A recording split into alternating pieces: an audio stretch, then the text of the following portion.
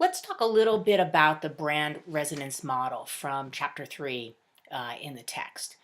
It's really important for us to understand how branding works. And so there's two models in chapter 3. This video will talk about the brand resonance model, which I feel like it really emphasizes the customer. So, what's going on within the customer in order to get them to this level of resonance? And we're going to say that resonance is probably the goal of branding. So, what are we looking at with this model? There's about 4 steps to brand building that this model is really going to establish for us. The first one is brand salience. And when you say that something is salient, it means that it's important, that it matters, that, when someone makes a salient point, it's a good point and it's very relevant to whatever argument is being put forward. So, brand salience might be that, okay, this brand now becomes relevant to us and we know it and we know it's out there.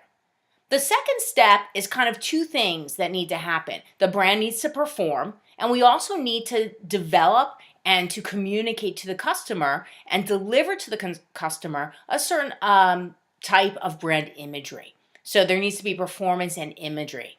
The third thing, once again, 2 kinds of steps. Brand judgments, the consumer's making judgments and thinking about, how did this product perform?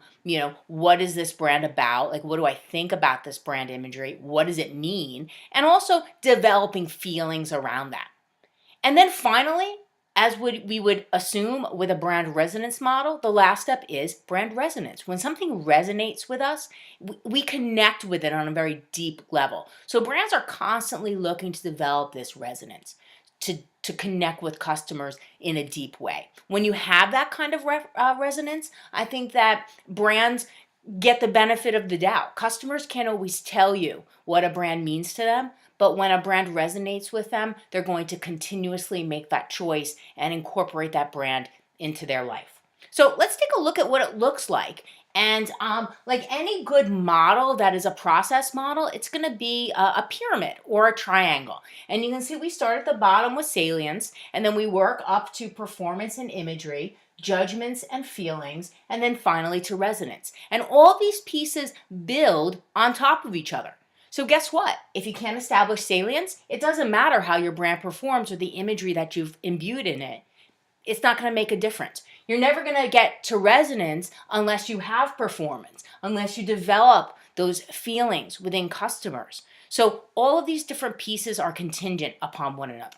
And we could walk through this model and kind of look at 2 different things that are going on either side of this model. On the one side, we have stages of brand development, and these are the way in which the brand is developing within the customer. And so the customer is developing these things. The customer is, identifying the brand. The customer is creating a meaning for the brand. They're having a response to it, and then they're having a relationship. But we also, as marketers, need to do things, So who is the brand? We have to teach the consumer who our brand is. We have to provide meaning to our brand to the customer. Now, the customer is always going to decide. We can tell the customer we are this, but a customer might say, oh, no, I think you're something completely different. So all of this stuff is reliant on the customer. The customer is who's making these decisions in terms of the identity, the meaning, the response, and the relationship. Notice how we're moving from kind of fundamental activities and mindsets through emotional activities and feelings, and then finally to relationships, which are much more action-oriented and behavioral. And we also can connect this to branding objectives. Now, when you use the word objective, now we're thinking internally as a company. So, at the bottom of the model, we're thinking about things like awareness. Not just any kind of awareness, but very deep and very broad brand awareness. Performance and imagery, we're thinking about and making objectives about setting our points of parity, where we're similar to others, and our points of difference, where we're different from others. Moving up in judgments and feelings, we're trying to get really positive, accessible reactions. So we want consumers to be open-minded, open-hearted, and that's what's going to move them to the resonance level, which our branding objective would be loyalty. right? We saw over here that we had a very behavioral based kind of relationship, and here we're calling that behavior loyalty. So that's what our brand objective would be at the resonance level. We can also look at it in this way, and you can find this in the textbook. It's figure 3.2. But just to kind of give you an idea of some of the terminologies that we would use, so salience is about category identification, needs satisfied. These are things you have to establish so the customer knows, who are you? Who are you as a brand? Moving on to performance, you can understand a lot of that has to do with things like the physical product, things like quality, things like durability, design. Price is an important part of the performance. And then over here on imagery, it's user profiles. Who uses this product? Because who uses the product is just as important as the product itself. Think about the difference between Mac and PC. There's a huge difference in the user profile.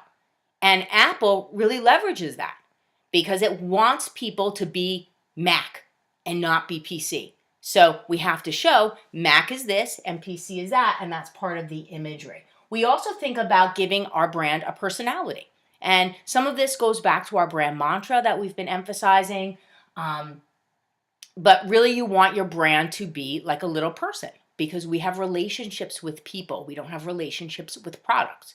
So if you can make your brand like a person through this kind of imagery, that's going to help move you up to the relationships of resonance. And you see with judgments, we're thinking about the quality and credibility, etc. And then feelings. These feelings are what we kind of take away from the brand. When we hear certain brand names, we think of certain things. We might elicit feelings of security with certain brand names, Allstate, or even Apple in terms of how it performs.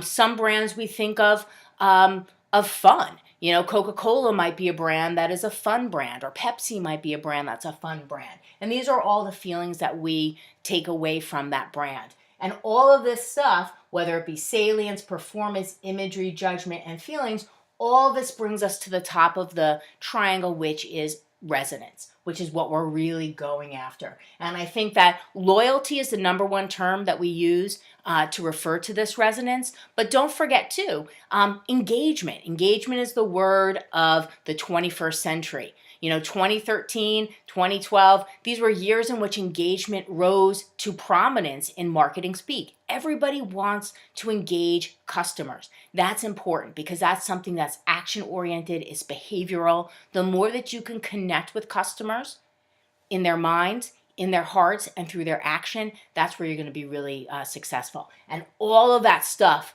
is right here in the brand resonance model, chapter 3.